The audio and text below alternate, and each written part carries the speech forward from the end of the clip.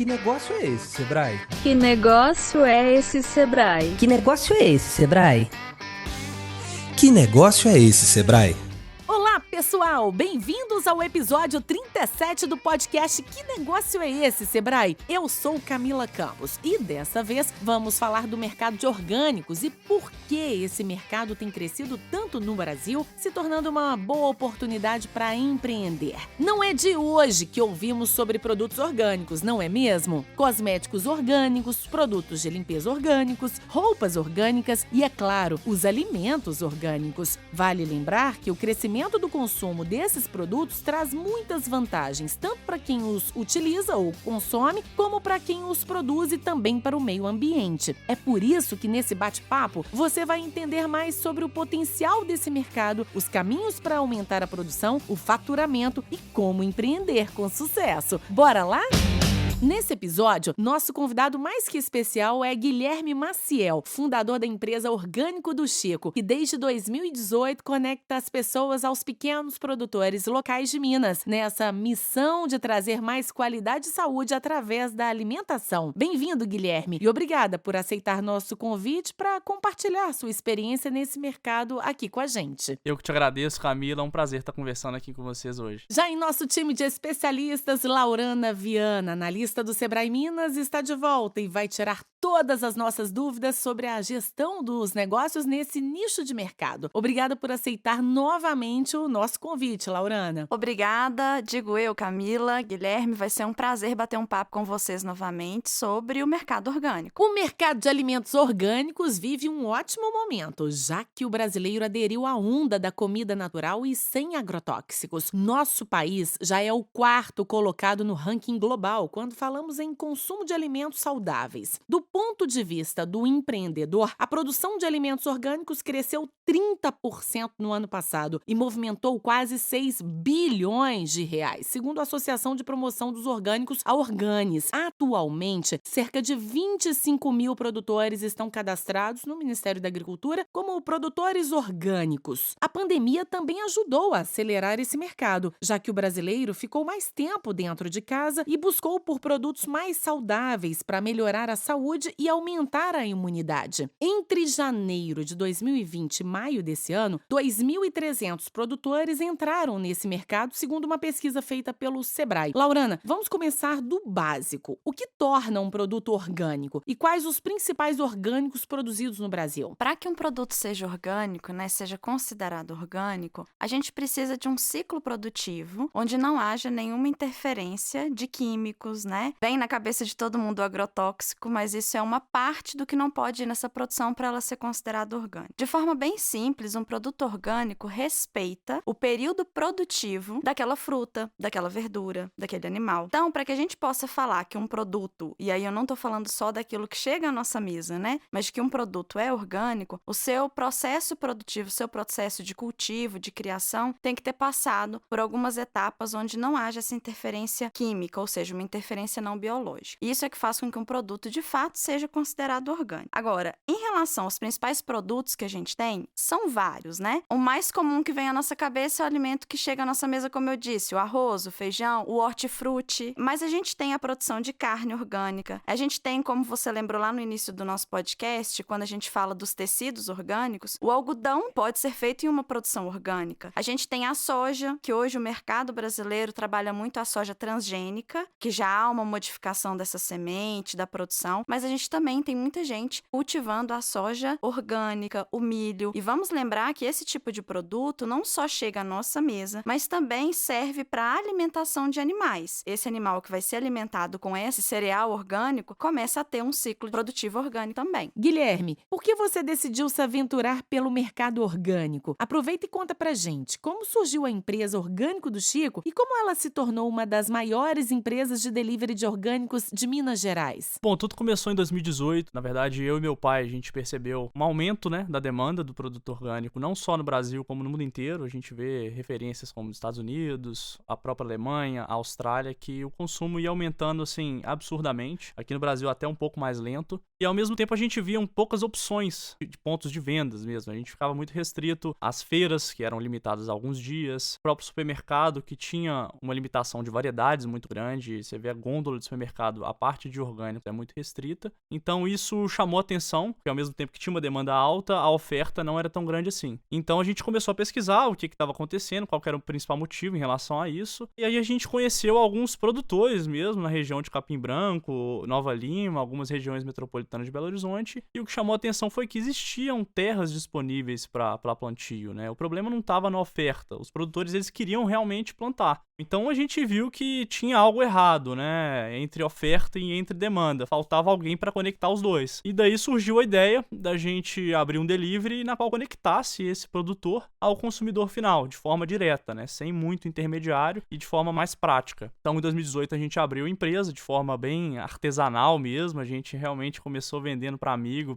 de amigo, via WhatsApp, via telefone. E a coisa começou a dar certo, assim. As pessoas começaram a indicar. Foi uma coisa bem natural mesmo, bem orgânica, né? Falando em termos de marketing. Mas aí a gente realmente profissionalizou a coisa de acordo com o tempo. A gente começou pequeno e aos poucos a gente foi melhorando o nosso serviço, aumentando o leque de produtos, de produtores. E hoje a gente tá aí com uma gama muito grande de produtos, de produtores vinculados a gente. E estamos aos poucos ampliando o nosso leque também de entregas, né? A região de entrega. E quem é o Chico? Chico é meu pai, no caso, um dos fundadores, foi eu e ele como fundador. E ele se remete muito a isso, né? O que a gente é, essa proximidade com o produtor, né? O Chico hoje ele virou uma espécie de caricatura nossa. Então ele realmente passa essa mensagem do pequeno produtor, do cara que tá ali na horta, da pessoa mais voltada pra terra, pra realmente ter essa conexão com o produtor e o consumidor final. E aí, né, Guilherme, o interessante dessa história que você conta pra gente é que vocês fazem um trabalho também que a gente pode dizer que é até um pouco social, porque a grande dificuldade dos pequenos agricultores é de fato chegar na mesa do consumidor muitas vezes, como você citou. E o trabalho que vocês fazem é muito de aproximação e de conexão entre quem quer consumir um produto de qualidade e quem tem esse produto para vender, mas às vezes tem muita dificuldade na hora da comercialização. Uma das grandes dificuldades que todo produtor rural enfrenta, né? Produtor de orgânicos, mas produtor rural de uma forma geral também. Os produtores, eles plantavam aquilo que era da cabeça dele, o que eles imaginavam que seria o necessário, e ele tentava desovar aquele produto de alguma forma, né? Então, sendo por feiras ou até, enfim, às vezes eles iam até no Ceasa porque eles não conseguiam realmente escoar o produto deles. Então, tinha uma perda muito grande, uma eficiência muito baixa. Então, hoje, o que a gente está tentando buscar é justamente que ele tenha uma previsibilidade maior em relação à produção dele. Então, hoje a gente tem uma indicação do que tem mais saído, do que sai pouco. Então, a gente está chegando num ponto que a gente vai realmente indicar o que ele tem que plantar com aquela previsão de venda que a gente vai ter daqui a 3, 6 meses. Então, isso vai ser um dos motivos da gente conseguir democratizar os orgânicos, que hoje a gente sabe que são produtos mais caros, dificilmente vai chegar no ponto de um convencional, mas a gente sabe que tem um caminho ainda para conseguir democratizar um pouco mais. E aí, Guilherme, qual é o perfil dos produtores que fornecem para o orgânico do Chico? Que tipo de certificação ou comprovação esses produtores devem ter para serem aceitos como orgânicos? A grande maioria, na verdade, são pequenos produtores, né? Se comparado com os convencionais, vamos dizer assim, que são de monocultura, enfim, de grandes áreas de produção.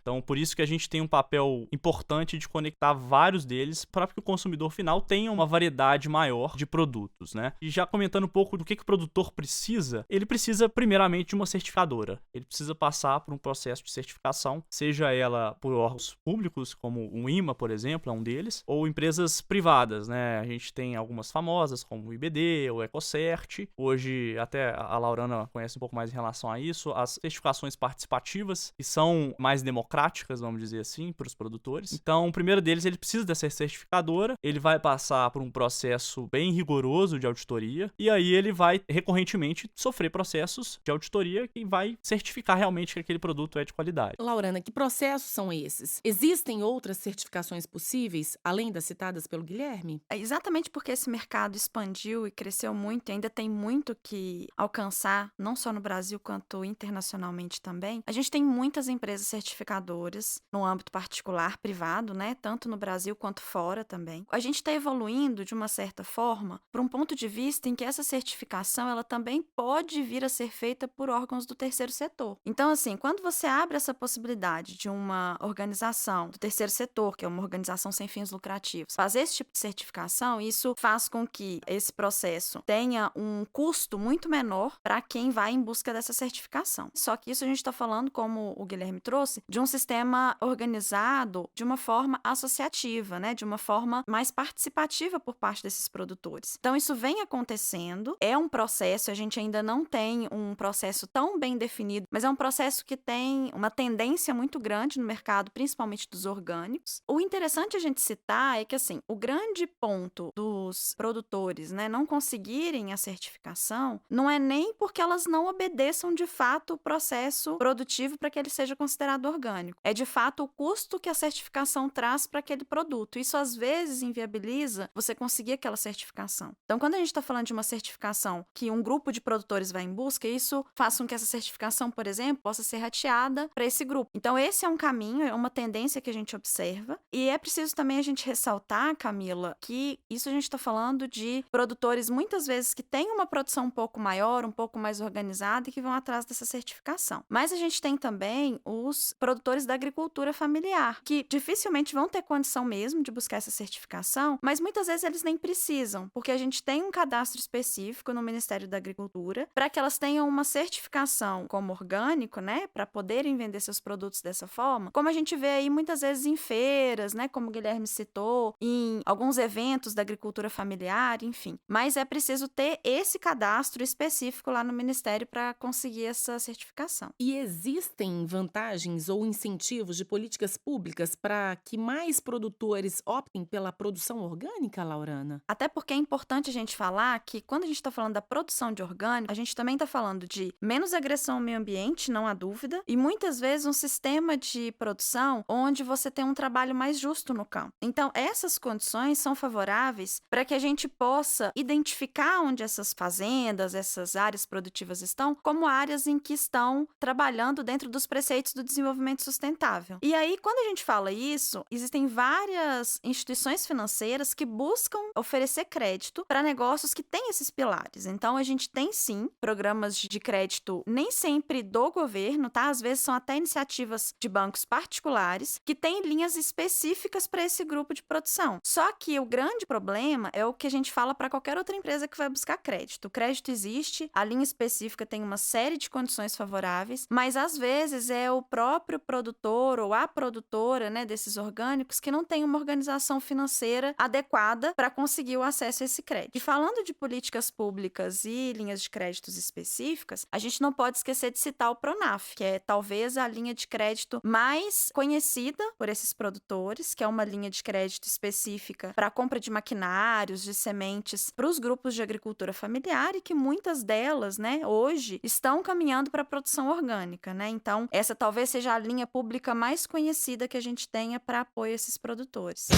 Como falamos lá no começo, é importante a gente lembrar que, além dos alimentos in natura, existem outros produtos orgânicos, como o algodão na indústria têxtil, o chocolate, os cosméticos e, pasmem, até produtos de limpeza. Aliás, cada vez mais os consumidores brasileiros estão exigindo que as empresas sigam diretrizes sustentáveis na produção. De acordo com dados levantados pelo Barômetro de Biodiversidade da UEBT, Union for Ethical Biotrade, 90% dos brasileiros procuram ingredientes naturais nos cosméticos e mais de 80% procuram selos éticos e ambientais e se interessam pela procedência dos componentes dos produtos. Laurana, fiquei curiosa. Quer dizer então que um produto industrializado pode também ser orgânico? Claro, Camila, pode sim. É interessante a gente definir que ser um produto artesanal ou ser um produto industrializado, a gente está falando sobre a forma como aquele produto é produzido, tá? É feito, é fabricado, é beneficiado. Mas Mas isso não quer dizer que porque um produto é industrializado, ele não vai ser orgânico, e nem que o produto artesanal é 100% orgânico. Então, quando a gente fala de industrializado artesanal, é o método produtivo. Quando a gente fala de orgânico ou não orgânico, a gente está falando sobre a forma como esse alimento ou esse produto, né, essa carne, por exemplo, ou ela é cultivada ou ela é criada, né? Então, a gente pode ter produtos industrializados e que tem em sua base mais de 70, quase 90% dos seus componentes orgânicos. E não só a questão do produto em si, né? A própria maneira de industrialização ou de processamento, ela deve ser levada em consideração na certificação. Então, é diferente de uma certificação voltada para a produção do hortifruti em si, né? São certificações diferentes. Então, se o empreendedor ele está buscando uma certificação de um produto industrializado, ele deve procurar o órgão certificador, que é o IBD, o Ecocert, o IMA, e mostrar o processo inteiro de produção dele para conseguir certificar. E não somente a utilização de insumos orgânicos. Aproveitando, Guilherme, por que o preço dos orgânicos são mais caros? Tem a ver com a diferença da capacidade de produção dos orgânicos? Sim, tem a ver com a quantidade produzida, com a escala de produção. Como a gente falou, o perfil do produtor, ele é um perfil menor, são produtores que têm uma escala muito menor, então acaba que ele tem um custo fixo, assim como o produtor convencional tem, então o custo unitário de cada produto vai ficar mais alto, não tem jeito. Então isso é realmente um dos motivos. Mas existem diversos outros, né? A gente já comentou de um deles, que é a forma de distribuição. O produtor, ele fazia todo o processo, né? Então era muito ineficiente, ele plantava e tentava escoar aquele produto de alguma forma. Então acabava que ele tinha uma eficiência muito baixa, uma perda muito alta. Então a gente conseguindo alinhar essa oferta e a demanda, o que ele realmente precisa ofertar para o cliente, e no caso hoje é a gente e o consumidor final, ele vai conseguir uma diminuição de preço muito maior, porque a perda vai ser muito menor. Tem diversos outros motivos, né? A Laurana comentou da certificação, ela é um dos motivos, sem dúvida, ele onera bastante o produtor. Então esses processos de certificação participativa, eles vão ter um papel muito importante para conseguir democratizar esses produtos. E tem um quarto ponto também, que eu acho interessante falar, que é tecnologia. A produção, ela ainda está muito arcaica, tem muita mão de obra intensiva, realmente é a mão na massa ali que conta, porque tem pouco investimento em tecnologia, em pesquisa nesse mercado. Laurana, e na hora de colocar o preço nesses produtos, o que o produtor deve levar em consideração? Principalmente o custo de produção, né, Camila? Como o Guilherme já levantou aqui. E esse custo envolve muita coisa. O tempo de produção também entra dentro do cálculo desse custo. Para quem produz orgânico, como o Guilherme já falou, e eu falei também que tem que respeitar esse tempo de produção de cada alimento, a gente está falando de um tempo em que você produz, mas não vende. Isso é um custo muito alto para o produtor, né? Então ele tem que ter um capital de giro muito bom para se manter durante esses períodos em que ele vai estar produzindo, mas não vai estar vendendo ainda. E a gente estava até comentando aqui mais cedo no bate-papo, eu e o Guilherme, da fruticultura isso ainda é mais evidente. Então tem que tomar muito cuidado em relação a isso. Por exemplo, como que a gente diminui esse custo? Uma forma da gente diminuir esse custo. Ao invés de eu plantar toda uma área de frutas no mesmo período, eu começo a plantar em áreas diferentes, em períodos diferentes, para que eu tenha colheitas uma seguida da outra. Então isso é uma forma que eu consigo me planejar, e aí o planejamento é uma parte super importante desse mercado, para que eu consiga estudar de fato em que período esses custos vão ser maiores e como que eu consigo minimizar esse impacto. Outro ponto que a gente tem que levar em consideração, que eu já falei aqui a respeito da certificação, mas que isso também vale para diminuição de custos. Por quê? Eu consigo, por meio de uma central de compras, que é formada por uma associação ou uma cooperativa entre esses produtores, diminuir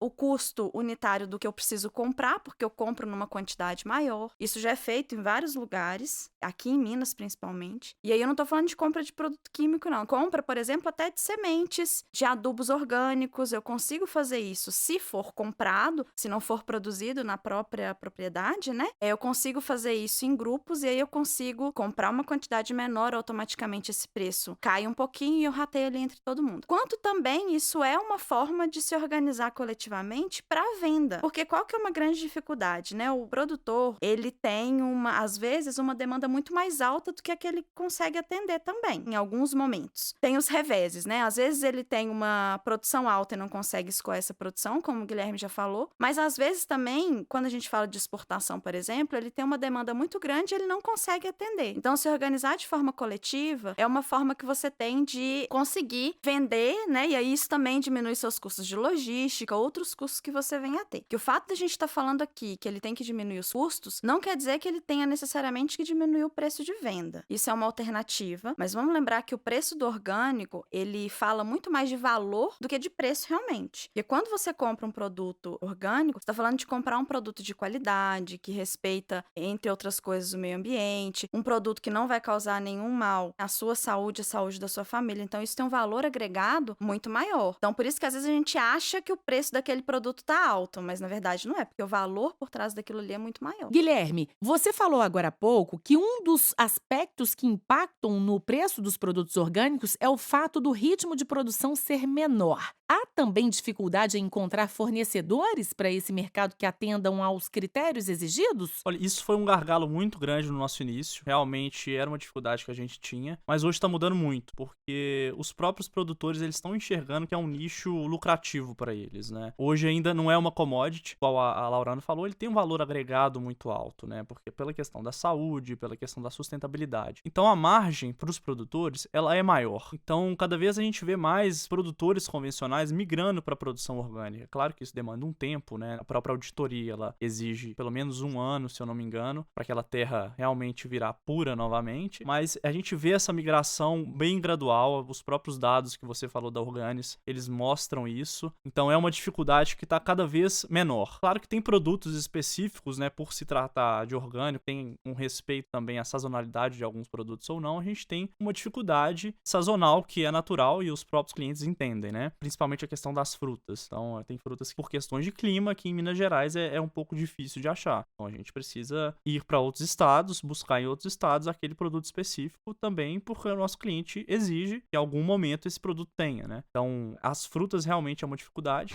E essa dificuldade de encontrar fornecedores, que ainda existe, né, para alguns, nesse mercado orgânico, também é o desafio da Karina, nossa ouvinte lá do sul de Minas. Vamos ouvir a dúvida que ela nos enviou?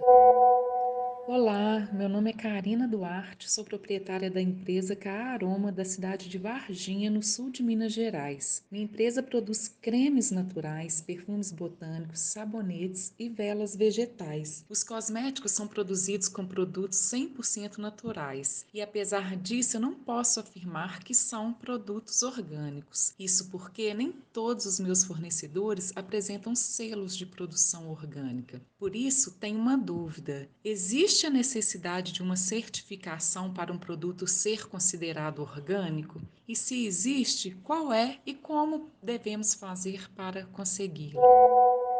Pois é, Karina. Sim, para um produto ser considerado orgânico, ele precisa de uma certificação, como a gente vem falando aqui, principalmente quando é um produto que, como um cosmético, né, vai passar por um processo industrial muitas vezes, ou mesmo que seja artesanal, mas vai haver mudanças, né? Vai haver um beneficiamento daquele produto de alguma forma. Então a gente precisa sim de ter essa certificação. E essa certificação não é do produto que você produz, né? Vem desde os seus fornecedores. Então, você precisa selecionar quais fornecedores você vai ter e que esses fornecedores tenham esse selo orgânico. Então, a gente sabe que existem dificuldades de se encontrar esses fornecedores, mas eles existem. E aí, você precisa fazer uma seleção adequada dos fornecedores que você tem para que todos eles tenham essa certificação. E a sua empresa também precisa passar por essa certificação, né? Como a gente citou, a EcoCert, por exemplo, né? Algumas outras nesse âmbito que fazem essa certificação. Você também, Karina, pode pesquisar no mercado algumas empresas que oferecem essa certificação para sua empresa, mas para você vender com esse marketing, né, de que é um produto orgânico de fato, você precisa passar por essa certificação, né, Guilherme?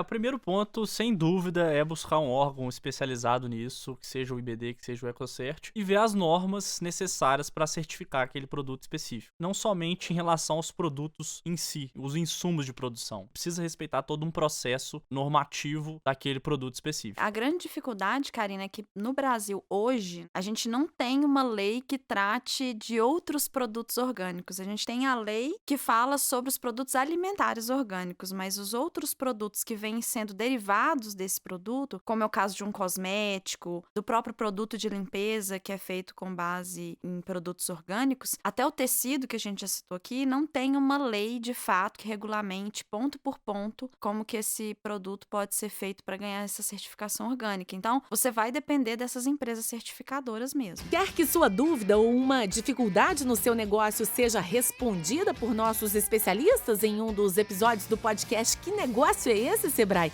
Então faça como a Karina Duarte e envie sua pergunta pelo direct do Instagram do Sebrae Minas.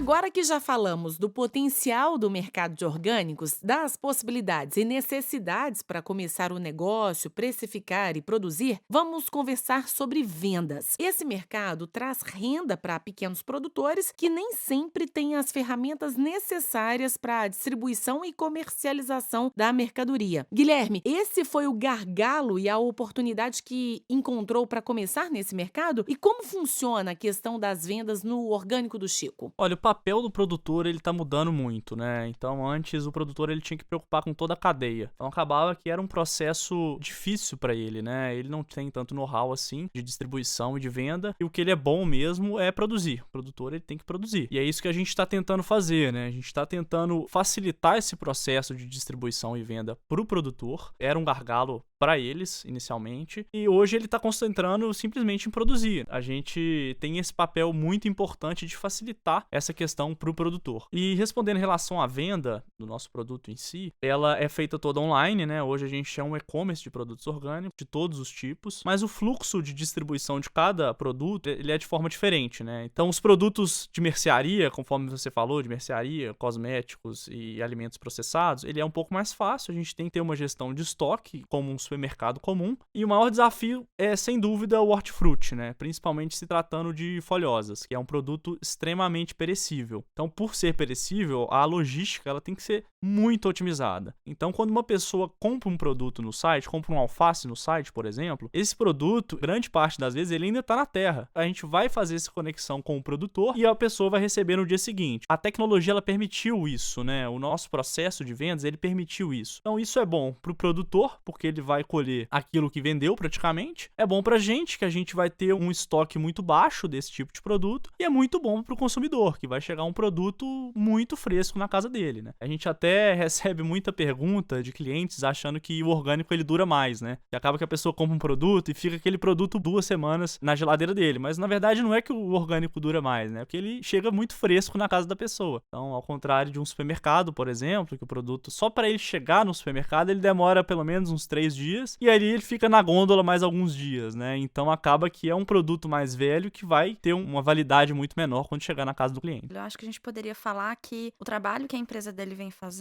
é um trabalho muito de romper fronteiras, porque antes os produtores ficavam muito no mercado local mesmo, não tinham esse acesso a uma área de distribuição maior. E além desse romper fronteiras e barreiras, né, é tornar, por incrível que pareça, esse produtor ainda mais próximo do seu cliente. Porque como o Guilherme falou, o processo, quando você passa por um sacolão, para um supermercado comum, até que o produto saia da terra e chegue na mão do cliente, é um prazo de 6, 8 dias. No caso do Guilherme, ele acabou de sair da terra e vai direto para a mão desse cliente. A gente inverte um pouco a pirâmide, né? Porque a pessoa planta, distribui e vende. Na verdade, a gente inverte, né? A gente vende para colher e distribuir depois. Então, vende primeiro. Se tratando dos hortaliças, a gente vende primeiro e a gente extrai o que realmente precisa ser colhido, a gente alinha com cada um dos produtores, com que cada um vai ter, e aí depois a gente realiza as compras e a distribuição acontece depois. A pessoa ela recebe no dia seguinte. E como que é a logística dessas vendas no dia a dia? A gente tem um centro de distribuição na região oeste de Belo Horizonte e a gente recebe diariamente o produto. Então, todos os dias a gente recebe o produto fresco de madrugada para que o produto ele chegue na casa do cliente até no máximo 1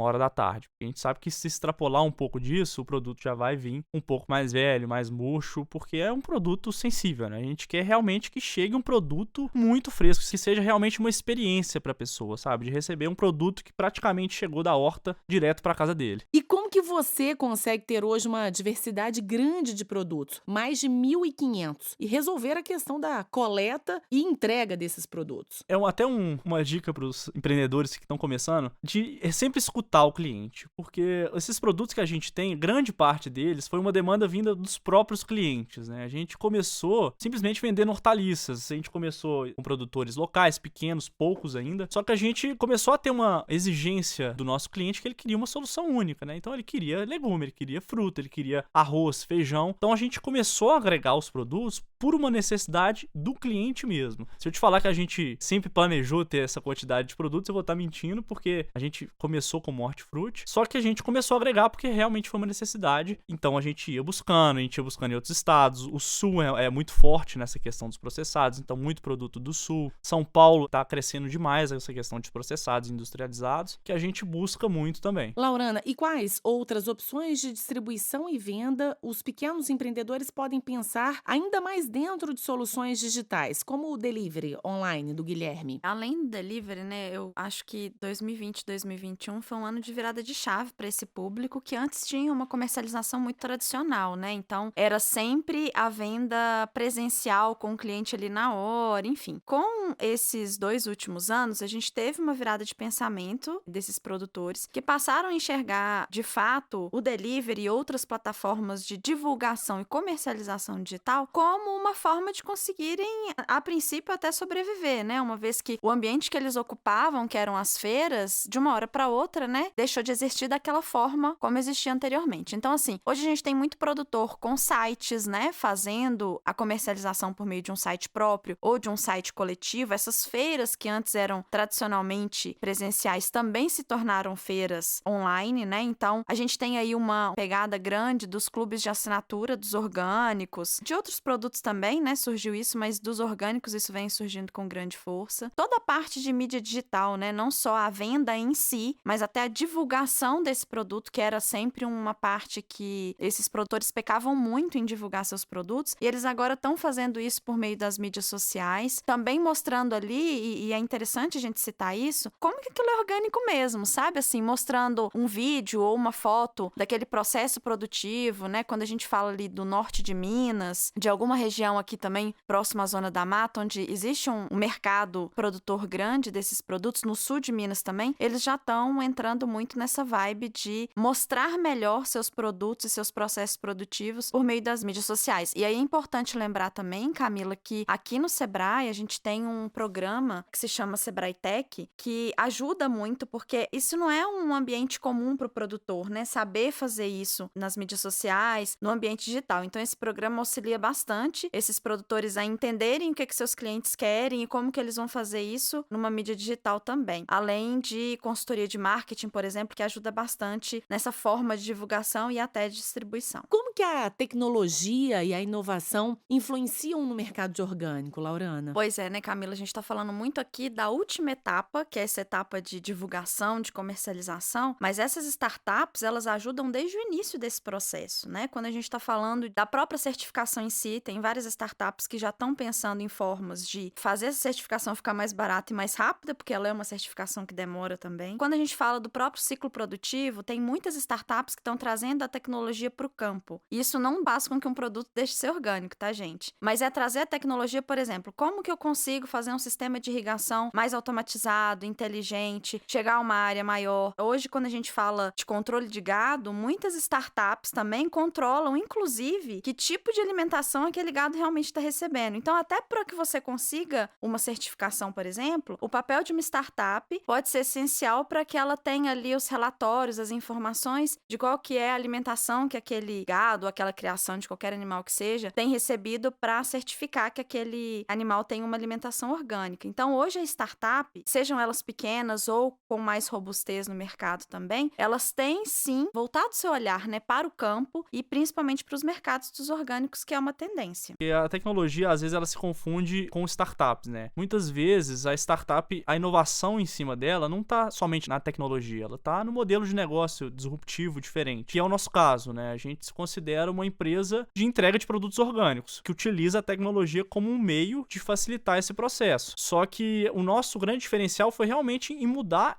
toda essa cadeia de produção, essa cadeia de distribuição e de venda, né? Na qual o produtor ganha, o consumidor ganha e a gente ganha de forma mais eficiente também. Então, o nosso modelo de negócio foi o responsável por ganhar essa escala que a gente está ganhando. E nesse mercado, a gente pensa em vários diferenciais, né, gente? A embalagem, inclusive, é um recurso importante na hora de chamar a atenção, especialmente nessas vendas online. E como elas também podem entrar no pacote de opções sustentáveis como o produto, Laurana? Pois é, Camila, quando a gente fala da embalagem, é um outro cuidado que a gente tem que ter em qualquer negócio, mas em se tratando de um mercado orgânico, orgânico mais ainda, né? A embalagem, ela é altamente responsável pela qualidade do produto também, como que esse produto vai chegar até a mesa do consumidor. Óbvio que essa embalagem, ela precisa ser uma embalagem bonita também, comercialmente falando, né? Mas olha que interessante, quando a gente fala do mercado de orgânicos, e essa é uma tendência que surgiu em algumas feiras e vem crescendo, né? A gente tá falando que a própria embalagem, às vezes, precisa se preocupar em ser orgânica também. Então, por exemplo, tem vários produtores hoje que vendem as hortaliças em feiras, e é um produto que fica esteticamente bonito e que mantém a temperatura das hortaliças, que são embaladas em folhas de banana. Então, por exemplo, quando você está falando de uma produção em que você tem ali também outros recursos, pode abrir mão de outros recursos que você tenha na sua propriedade, às vezes ali mesmo você pode encontrar formas de embalagem mais sustentáveis, bonitas, porque sim, a beleza também é algo que chama atenção e que podem servir até para outras coisas, né? Outra tendência que a gente tem nas embalagens dos orgânicos, às vezes é utilizar, ao invés de uma embalagem plástica, né, uma grade plástica, usa uma grade de madeira, onde você pode, inclusive, ou fazer uma logística reversa, de pegar essa caixa e entregar uma outra, né? Os clubes de assinatura hoje têm um pouco essa tendência. E também você pode fazer outros usos daquilo ali. Então, isso também é importante, enquanto é embalagem do produto, pensar nesses outros recursos que pode ter. No nosso caso, em termos de embalagem, o menos é mais. Quanto menos embalagem pra gente, melhor. Então, a gente hoje, em termos de embalagem primárias, né, a gente praticamente não tem. Então, grande parte dos produtos, eles vêm realmente in natura mesmo, na sacola. E a gente tem uma sacola reutilizável, que é uma embalagem secundária. A gente foi um dos pioneiros aqui em Minas Gerais a ter esse tipo de sacola, que é uma embalagem reutilizável. Então, o que a gente faz? Se um cliente ele pede em uma semana, no próximo pedido dele, a gente recolhe aquela embalagem, manda para higienização e reutiliza aquela embalagem. Então, é um processo interno nosso e 100% sustentável que o nosso cliente ele adora. Assim, ele adora a nossa sacola e ele se sente importante contribuindo pelo meio ambiente, né?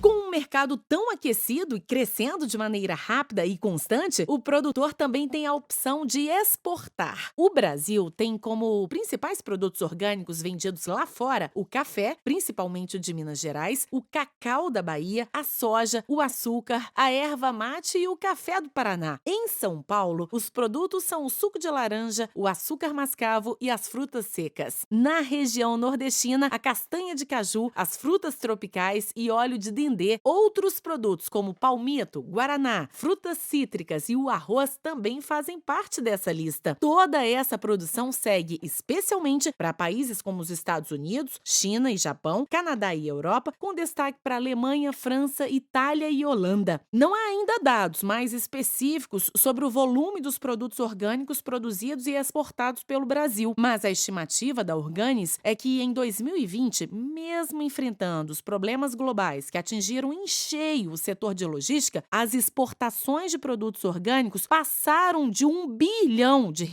Laurana, quais as exigências que o agricultor precisa cumprir, além de respeitar a legislação dos países que pretende exportar? Olha, Camila, eu diria que legislação é o menor dos problemas nessa situação. A legislação é até bem simples, assim, né? E quando você já tem um produto certificado, isso facilita muito. Quando a gente está falando de exportação, a gente tem que pensar em outros detalhes aí dessa relação. Como, por exemplo, o custo de logística, que às vezes pode ficar bem alto, então isso influencia no preço do seu produto. Além de conhecer a legislação desses outros países, você precisa conhecer a cultura de lá também. Não é todo produto que, por ser orgânico, chega lá e vai ser consumido. Então, um exemplo clássico, eu querer vender carne, por mais que seja orgânica, carne bovina, para a Índia. É um lugar onde eu não vou ter mercado para isso. Então, isso parece uma informação muito pequena, mas que é essencial no momento em que eu for decidir para onde eu vou exportar, o quanto que eu vou exportar desse produto e quais são as condições que eu preciso estabelecer de armazenagem, tanto no transporte, quanto também se eu já tenho esse mercado consumidor lá estabelecido, se eu vou vender para uma empresa específica, ou como que isso vai se dar na hora que chega lá para não invalidar a qualidade do seu produto também. Então, quando a gente está falando específico dos produtos orgânicos, há esse detalhe que é muito importante de se pensar em logística, em período de colheita para poder chegar lá um produto de qualidade na mesa do consumidor. Então, tudo isso tem que ser bem pensado também. E pensando nesses desafios todos aí de logística, deslocamento, tudo que você comentou agora pra gente, existem empresas que fazem essa ponte entre o pequeno e médio empreendedor e o mercado externo? Sim, igual a gente já comentou aqui, né, das startups, existem sim empresas que procuram fazer essa varredura de quais são esses produtos e procurar aqui produtores que possam fornecer esse produto para esse mercado externo. Mas aí vamos vamos lembrar que aí vem aquela outra dificuldade que eu trouxe no início. Porque quando você tem esse mercado externo aberto, geralmente o volume que eles querem comprar é um volume muito grande. E muitas vezes quem produz aqui no Brasil tem uma produção pequena. Então também a necessidade de muitas vezes quando for pensar em exportar e essas empresas que fazem essa intermediação, né, essa aproximação do produtor com o mercado externo, muitas vezes eles fazem uma aproximação também entre os próprios produtores aqui no Brasil, para que eles se organizem de uma forma de rede mais eficiente, para que consigam atender essa demanda que, no mercado externo, acho que o Guilherme falou isso no início da nossa conversa, o volume de compra deles é muito maior que o volume interno. Então, para a gente poder vender, precisa se preparar muito bem. E Guilherme, existe em seus planos a possibilidade de ir além das fronteiras nessa ponte entre o produtor e o mercado externo? Ou os seus próximos passos são internos mesmo? Empreendedor, a gente precisa falar alguns nãos às vezes, né? E o mercado externo agora é um deles. Então, a nossa ideia tá no nosso roadmap ir para outros estados. Inicialmente, a gente consolidar aqui em Minas Gerais. E sabe que é um modelo de negócio muito replicável, né? Então, o que a gente vai fazer é replicar esse modelo para outros estados. E quais cidades que você vende aqui? A gente vende para grande parte da região metropolitana de Belo Horizonte, Nova Lima, Lagoa Santa, Contagem, Betim, entre outras. E a nossa ideia é agregar ainda mais essas regiões periféricas de Belo Horizonte. E qual que é o volume de vendas do seu negócio? Hoje a gente entrega por volta de 2.300 cestas por mês e estamos com uma projeção aí de pelo menos dobrar até o final do ano. E qual é a influência da pandemia nesse volume de vendas? Olha, melhorou bastante, a gente realmente teve um salto muito grande na pandemia, não só pela questão do delivery, né? Claro que o delivery ficou muito aí valorizado na pandemia, mas também pela questão do orgânico. As pessoas começaram a se preocupar um pouco mais com a saúde delas, né, dentro de casa. Então acho que juntou as duas coisas e acabou que realmente a gente decolou na pandemia.